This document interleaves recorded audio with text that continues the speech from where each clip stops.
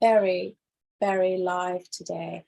And so happy to say that we've got an awesome guest named Sarah, who is an insurance consultant and will definitely let us know all about the things you want to know about insurance. But we're going to start today with, so this is the FRR Aftershow. And all I know is this. Excited. Really, I'm excited, one, to talk insurance. I know you're like, why would you be excited to talk insurance? I just am. And then, but first we're going to talk about some of the stories that I found this week that I thought were really interesting. I know, right? You've all wondered, what is the loudest animal, land animal, sea animal in the world? Well, I've got an answer for you. I've got quite an answer for you. So here it is.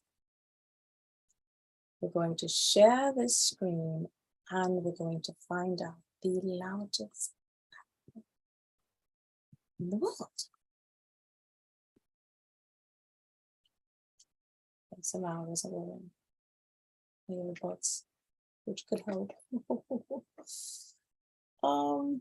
All right. So here we are. Now, according to the BBC, right, we've got the loudest sea animal, which is the sperm whale. The sperm whale is technically the loudest animal in the world, technically. But the answer is up for debate because how we perceive loudness is subjective. I'm thinking if it's submerged, who really hears this whale other than under the sea, under the sea? Do you know what I'm saying? Because, you know, I'm a certified diver and I can quite say that what you hear underneath, you don't quite necessarily hear up above, right? So it makes sense that it's up for debate. Now, now this is what they're saying in USA Today.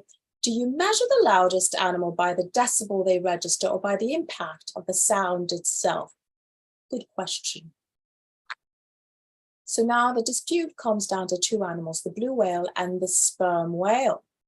So it's between hertz and decibels in terms of measuring units. Hertz measures sound frequency, while decibel measures sound pressure and perceived loudness. See, I feel like we're always going to go to the perceived loudness part, right?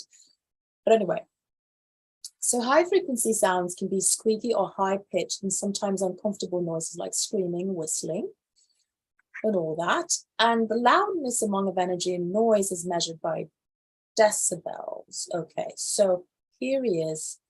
They're saying that the sperm whale is perceived to be louder than the blue whale. A blue whale's call is 20 hertz and a sperm whale's click is about 10,000 hertz. The sperm whale registers at 230 decibels, which is really loud, really loud. And the blue whale is at 188 decibels, right? So for us to hear blue whale calls, they must be made at an intensity of 70 decibels or more. Now let's go to the land animals. The loudest land animal is the bulldog bat, whose sound registers as 140 decibels, according to cochlea.org. Oh, cochlea. Outside of the threshold the human ear can hear. So bulldog bats are native to Central and South America and are named after their similarities to bulldogs, full lips and a flat square muzzle.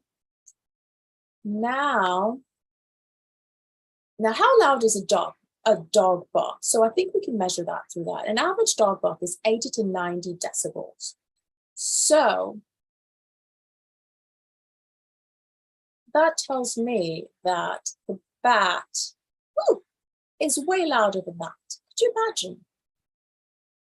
And do you know what it's like to try to sleep and have a dog barking outside your house I'm thinking, oh my God, is it ever going to end? It sounds pretty loud, but that's pretty much what we know about the loudest animals. Let's move on to a story that I thought was really, really important. Here it is. It's from the Almanac. I'm going to bring myself down a little bit down here. And it says here, dramatic spike in abandoned Huskies end up at local animal shelter. Well, leaving many up for adoption. So lots of people know Huskies from Game of Thrones, right? Huskies are animals that are used to the cold. You find them mostly in the north. I find it a little bit cruel to have a husky if you live in Florida. By the way, give our prayers to the people of Florida, to the people that live in the coastlines, to the people in Naples, Tampa, Fort Myers. I know that they're not doing well at all, but I digress. So yes, so Huskies. So here it says here, the shelter has 15 Huskies and Husky mixed dogs currently available for adoption because the Peninsula Humane Society has experienced a large spike in the number of Huskies and Husky mixed dogs in their shelter. Now, Huskies are not the kind of animal that you can have if you don't have the temperament for them. Last week, I did a live about should you own an animal? Should you have an animal? And it sort of explained what kind of temperament you should have. One, to just have a dog, right?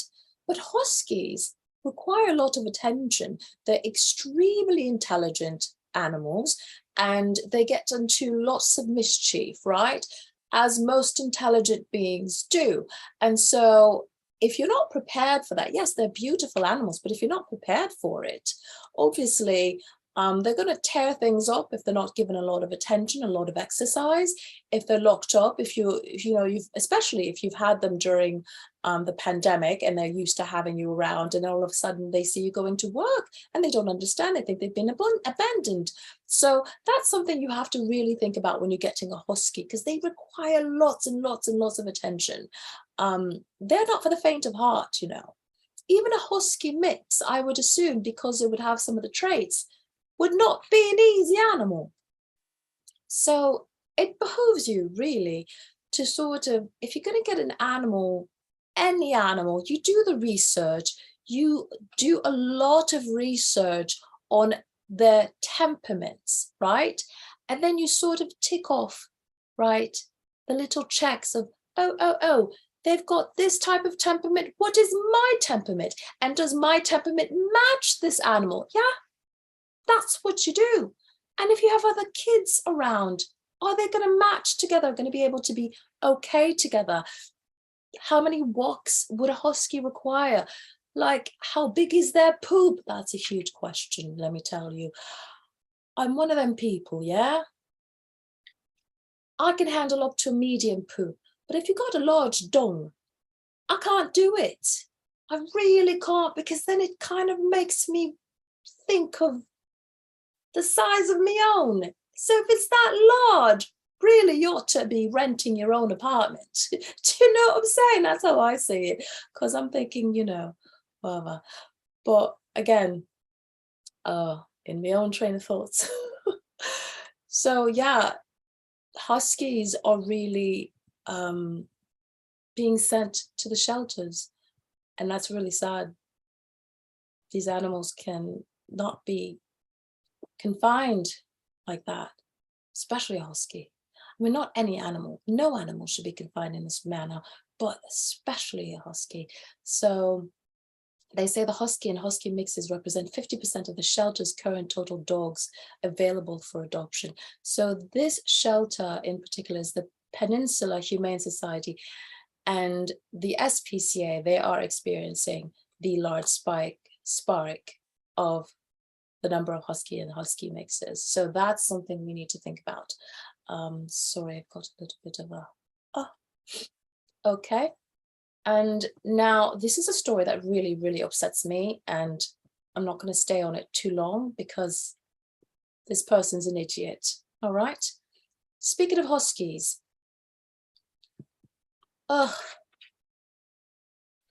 Outrage as Montana hunter poses with dogs she killed after mistaking it for a wolf. The woman, Amber Rose Barnes, please remember that name. Amber Rose Barnes, condemned for posting picture of dead Siberian Husky, not the predator wolf pup she believed she killed first of all. So this happened in Montana. The hunter shot and killed Siberian Husky and she believed that it was a wolf, okay? And then she displayed it, all right, all over social media. And it turns out it's a Husky. I'm gonna stop sharing just so that I can look at you people. Amber, if you're listening, the fact that you're a huntress and you do not know the difference between a Husky and a wolf is a problem. First of all, why are you hunting wolves to begin with? They are essentially feral dogs. I mean, dogs started out as wolves, did they not? Why are you hunting wolves? That's number one. Number two, fine. Possibly in the area that you're in, there are too many of them and you've got to kill them for population control or whatever and keep things safe. Okay, fine.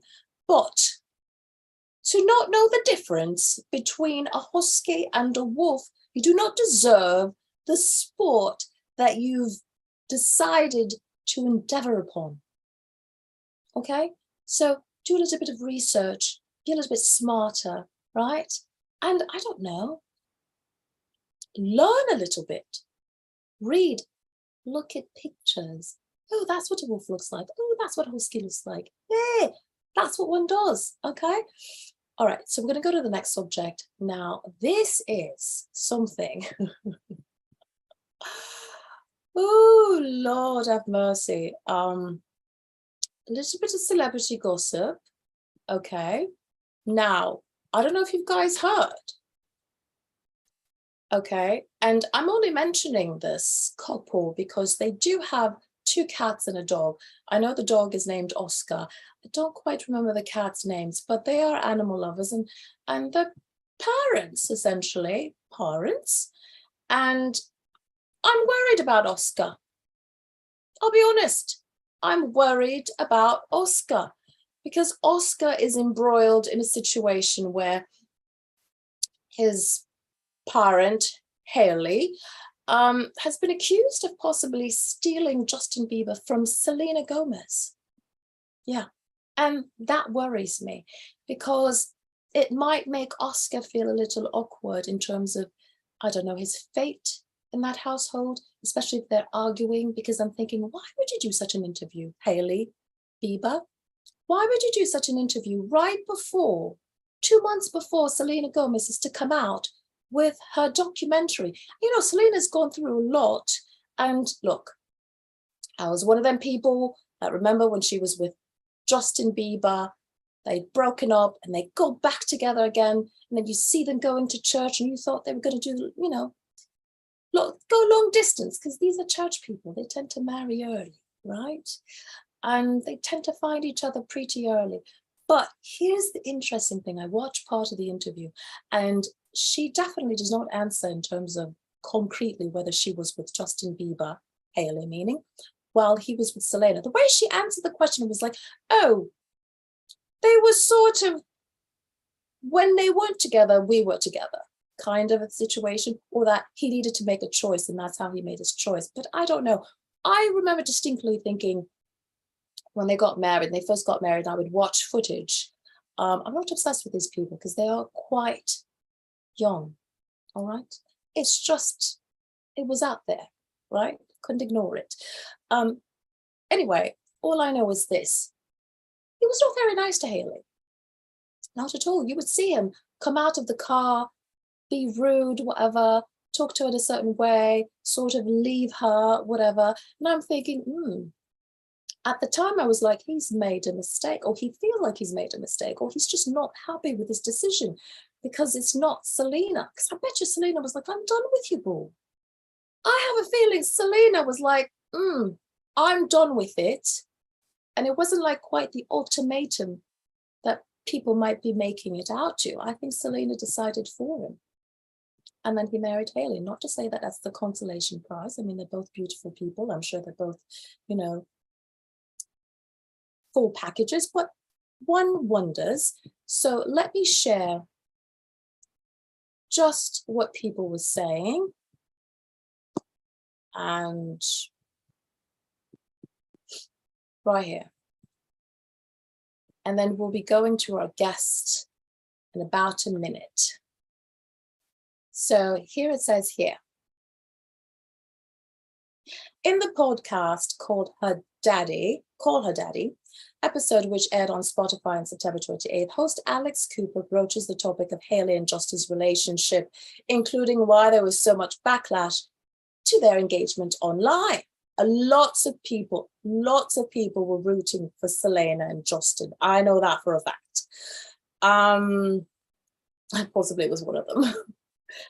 So it says here, which now, after they've been married now 4 years or whatever.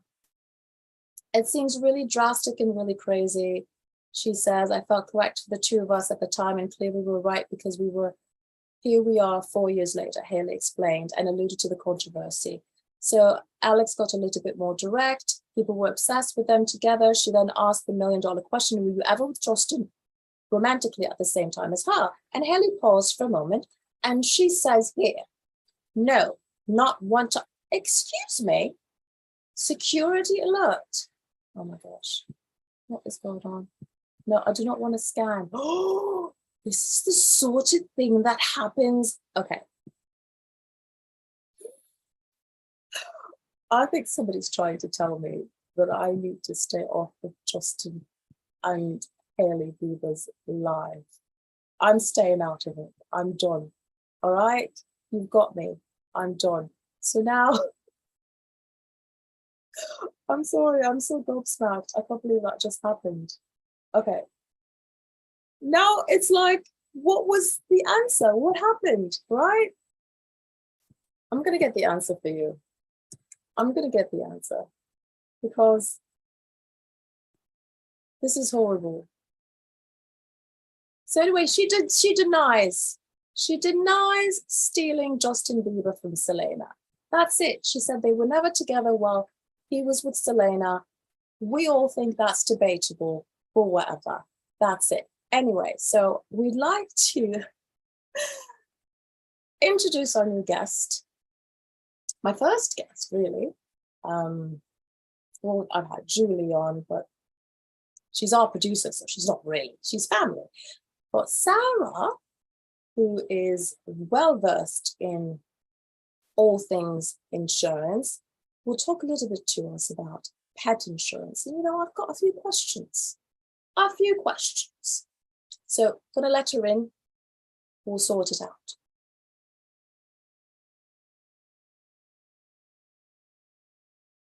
Okay. Hello, Sarah.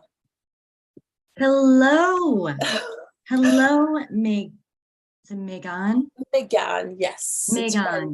Yes. Okay, I wanted to get it correctly. Yes, it's Méganne. Thank you for trying. You're welcome. I appreciate that. I really do. Gotta give it an attempt. So Absolutely. How are you? I'm doing well. Just finished talking about Hailey and Justin Bieber, the scandal, right?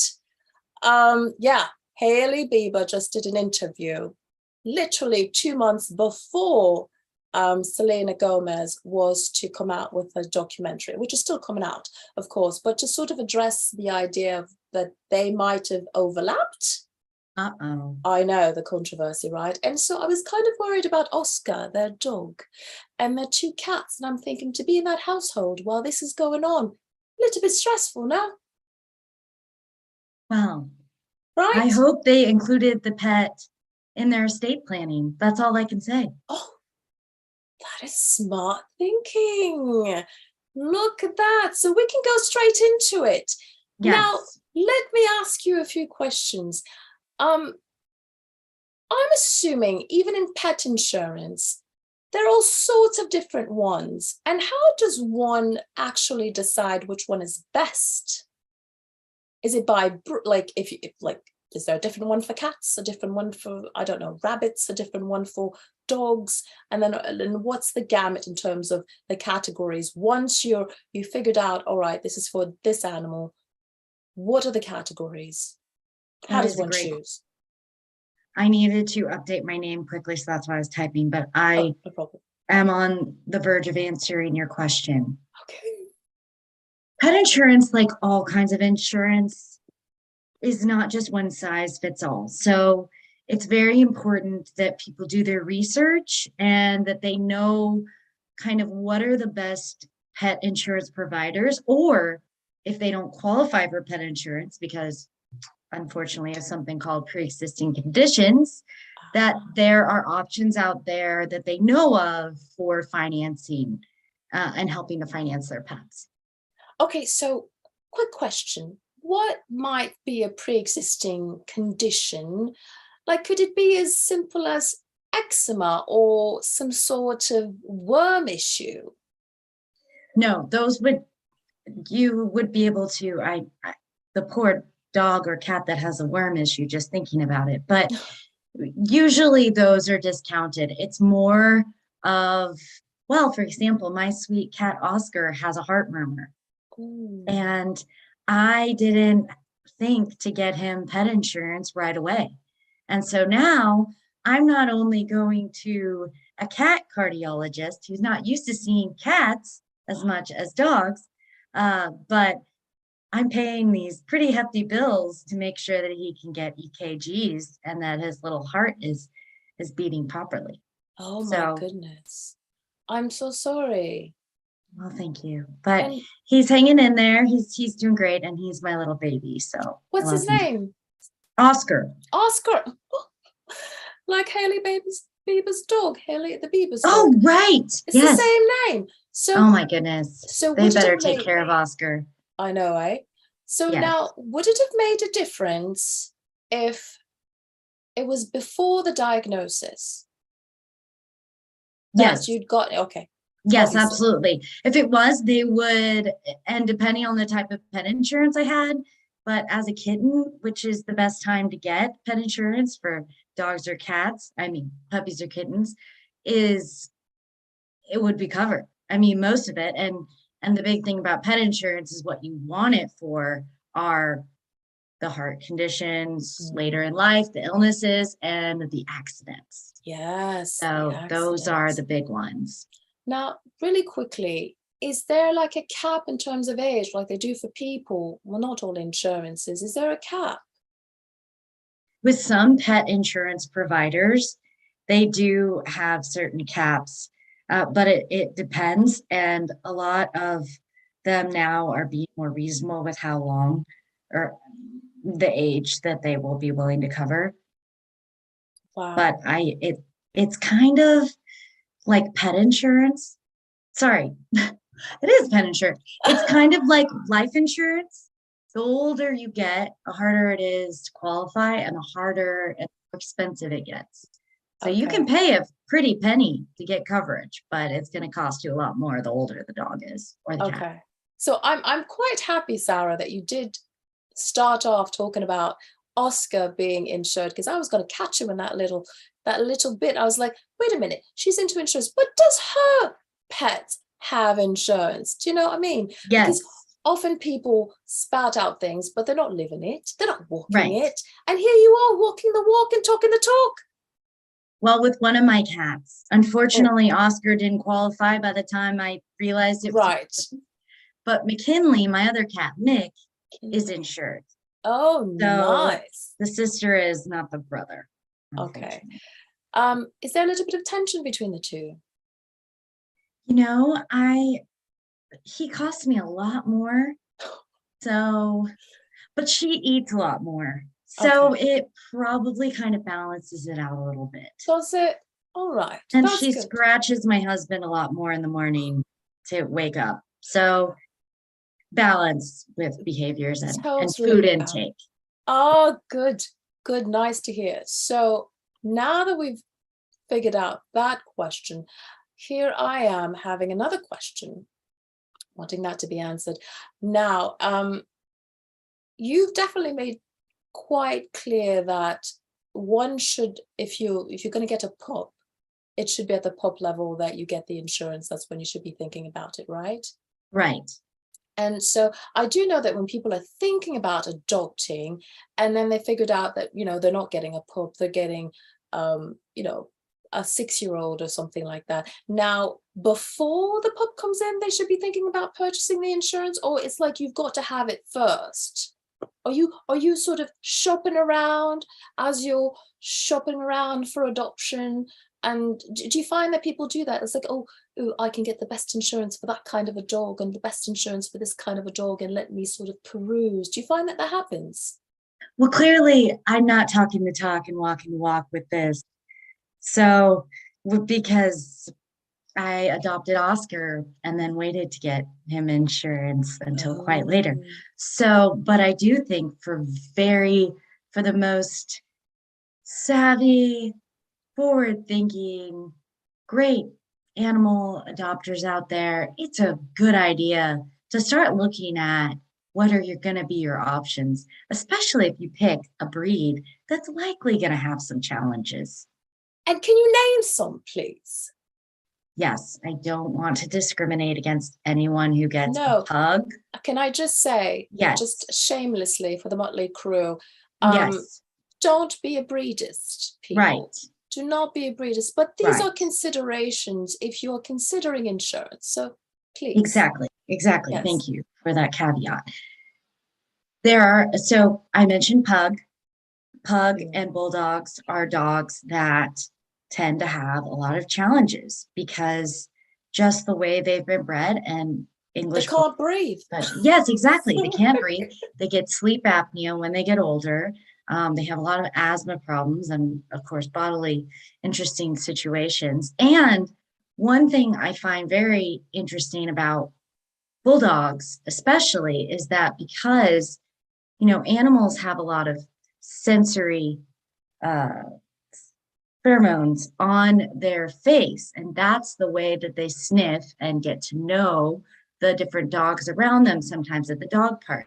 But when your nose is smushed and so close, you don't really have a snout, you're that much closer to a dog sniffing it. And that's why some bulldogs, unfortunately, get into dog fights with other dogs. It's not really their fault.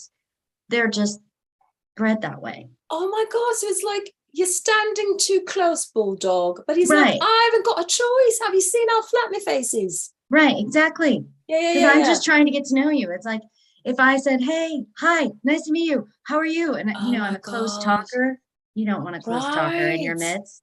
Right. And so here we are thinking talkers. They have boundary issues. It's just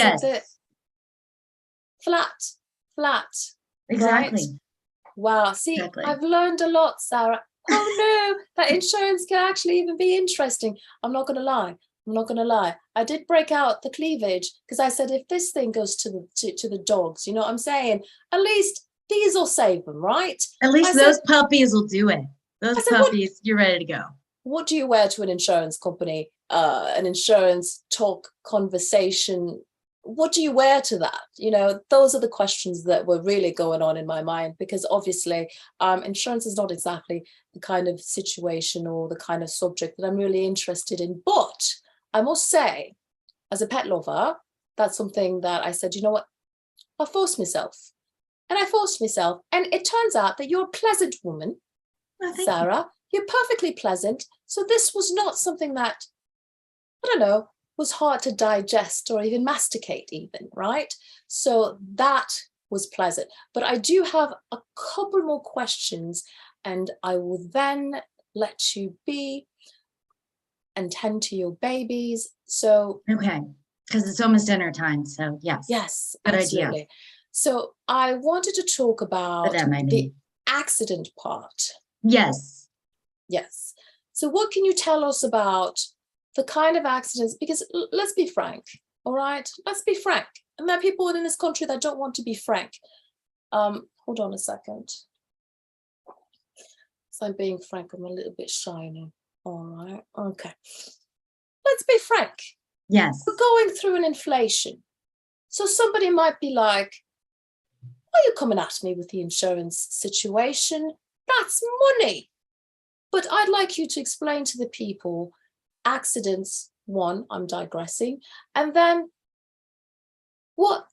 how can you benefit during an inflation if you are a pet owner, parent, or thinking of adopting? Absolutely.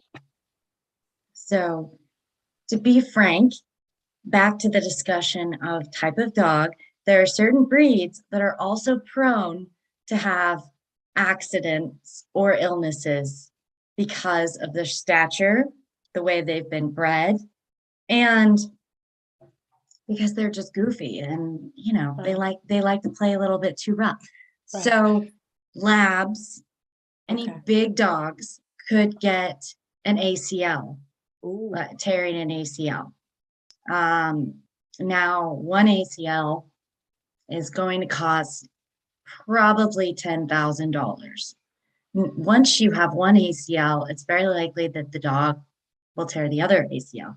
So there you go, you're out $20,000. It's important to keep these things in mind when you are deciding whether or not to go through with the insurance. And that's why there are certain options out there. If you, let's say you don't go in as, you don't get your insurance when the dog's a puppy or the cat's a puppy, but you wait a little bit. There are still some options where you can, there's a health savings plan, that's a health matching account that it's not really pet insurance at all, but they have created another way for people to basically fund an account, put in money every month, and then they will match it. The account will, and then they can decide when they want to use it. They can take it out. Now they have to pay a maintenance fee, so that gets tricky. But there are some options that just will help kind of shield some of the challenge financially. Nice. Please remember to send me some of those links. I think that's very, Okay. very interesting. I don't think a lot of people know about the matching account, which I think is Yes. that's amazing. And so I will definitely put that in the links below. So if you guys are watching right now, it will be all in the links below, so you can get all that information and Sarah's information and all of that. But continue. I'm sorry. That's all right. Yes. The people need to know. Oh, and So, like and subscribe. yes. There you go. Go ahead. Yes. And the other thing with that is that some of these companies are catering and realizing that, oh, this person doesn't see the benefit in continuing to pay a premium because they don't have any claims yet because it's a puppy or it's a dog that's just been very lucky. So then there are companies also that have kind of found a way to, through pet sharing plans, through health sharing, basically, if you don't have any claims at the end of the year, some of that money can go back to you. Now it depends, kind of how insurance, how many people have claims, but it works in this community where you feel like you're kind of part of the pack with your dog, because if you don't, if you're careful and you're proactive as a pet owner and you don't have to make a claim, then someone else can that really needs to, and it kind of keeps you more accountable instead of saying, well, I need this and I need that, and Right. but it And still supports everyone in the end and gets money back. So that's great, and it sounds perfect for Mhm. those that don't necessarily have the funds on a monthly basis, right? To contribute, but they can still make sure that there's something in there, right? And we can talk about inflation, Right. like what we're going through right now. How would somebody benefit? So that's one option I'm thinking. If inflation Yes. is kicking your butt, I would definitely use that option, right? Right. Well, in that one, I mean, you would pay a premium monthly, So, but you might get money back at the end if you don't end up having any claims. Oh, So right. at the end of the year. So there's that one. And then the health matching is you don't have to keep putting in money into the account except for the maintenance fee, which is only a fraction of that amount. The question is, well, if you need to use it. So there are a lot of considerations about just where is the dog at in the lifeline of the dog. You know, and then in the life cycle, is it a puppy? Is it prone to a lot of issues? Do I need it right now? Do I need to make claims right now? Okay. So it all kind of depends. Isn't insurance fabulous? So Look, it's so fun. I am riveted. We haven't even talked about deductibles and reimbursement. I know. Don't threaten me with a good time. Seriously, yes. Sarah. No, but exactly. Actually, no, you did a really good job sort of illuminating certain parts of insurance. And I do believe I didn't know about, and I feel I'm quite literate about a lot of things, especially since I looked into insurance and pets. Yes. And I'm sure a lot of people did not know about the matching aspect, which I think is amazing. That's a great option for people that are, you know, they can't sort of commit to a premium, but they can make sure that there are some funds available, and that it's going to be matched. That's amazing. It's like a 401k plan. It's just pretty nice. It's pretty nice. Absolutely. And so there are a couple of products out there that I continue to learn more about. And now I would like to ask you, is there one last thing that you'd like to let the people know, let me know, because you know I'm part of the people, and just sort of elucidate us? I would say when you're a pet owner, it's just important to keep thinking about the risks that aren't just down the line, but right in your, let's say, general orbit. That means being smart about pill bottles, making sure that if you're opening your pills, you're opening them over the sink and not over a counter, being smart about your pet's dental hygiene, because they can get a lot of issues if they end up having plaque and cavities, and they could get a lot of dental disease and some of those issues if you were willing to pet your or brush your pet's teeth or those kind of things. Being smart about if you go to the dog park, being smart about if you keep your dogs in the front yard at times, and that they have, and if they have exposure to the road, being smart about if your dog is going to overheat in the summer and that you have plenty of water, even hydration products around. There are so many different products out there on the market, and now a lot of them are natural. Oh, can I just translate what you just said? Yes. Sorry, can I just translate what you just said? Yes. So what she just said, what Sarah just said is, don't be an idiot. Yes, thank you. Don't be an idiot. Just don't be an idiot. Exactly. Right? Use your head. Use your head. Don't be an Yes. idiot. Keep going. And again, I want to say, Sarah, great job. I'm so glad you decided to come and speak to us. Really, really happy about this. Yes. Oh, I'm happy to talk to you about insurance anytime. I know it's Great. riveting. And just risk management, because the one thing that I keep learning that really excites me about this industry, really as it relates to pets, is that there are so many ways that we can better care for our pets as we know more about them. We know more about their mental conditions. We know more about how our actions truly impact them emotionally. Yes. And we have people who specialize in the human-animal bond. We have non-invasive remedies with CBDs and aromatherapy and certain types of oils that can really help our pets. And we have just a variety of experts out there and solutions that we never thought of. And even experts who have specialized in pet estate planning or various, coaching related to people and their pets, and just trying to continue advancing this wonderful relationship we have with our animals. Ah, lovely, Sarah. I just want to thank you again.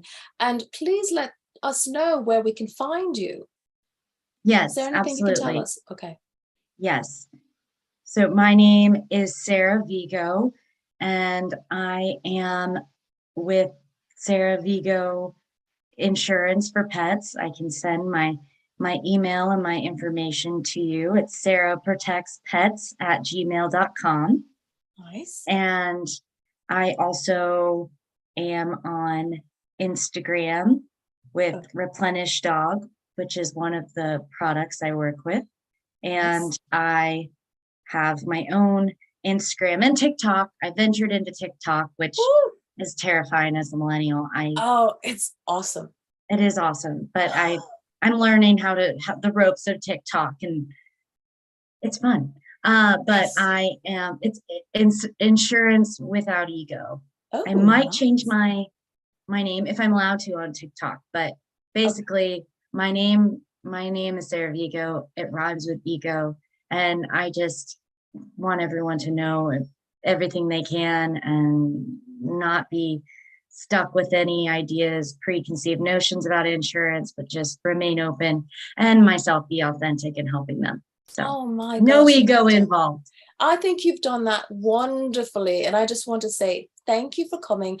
And I want to let everyone know that we are happy that you guys are going to be getting more information. This was my first guest. I was a little nervous because I'd never done that before. And, you know, I've got no filter. And so you're a good sport and I appreciate it. And I just want to say again, if you have any story suggestions out there, if you have any comments, anything that you guys would like to talk about, please. And I'll have all the information about Sarah in the links below, and definitely subscribe and like and comment, subscribe, like and comment, and just show engagement so that we can know that you're out there, you're listening, you're loving what we're sending out to you guys. And thank you again, Sarah. And we're done.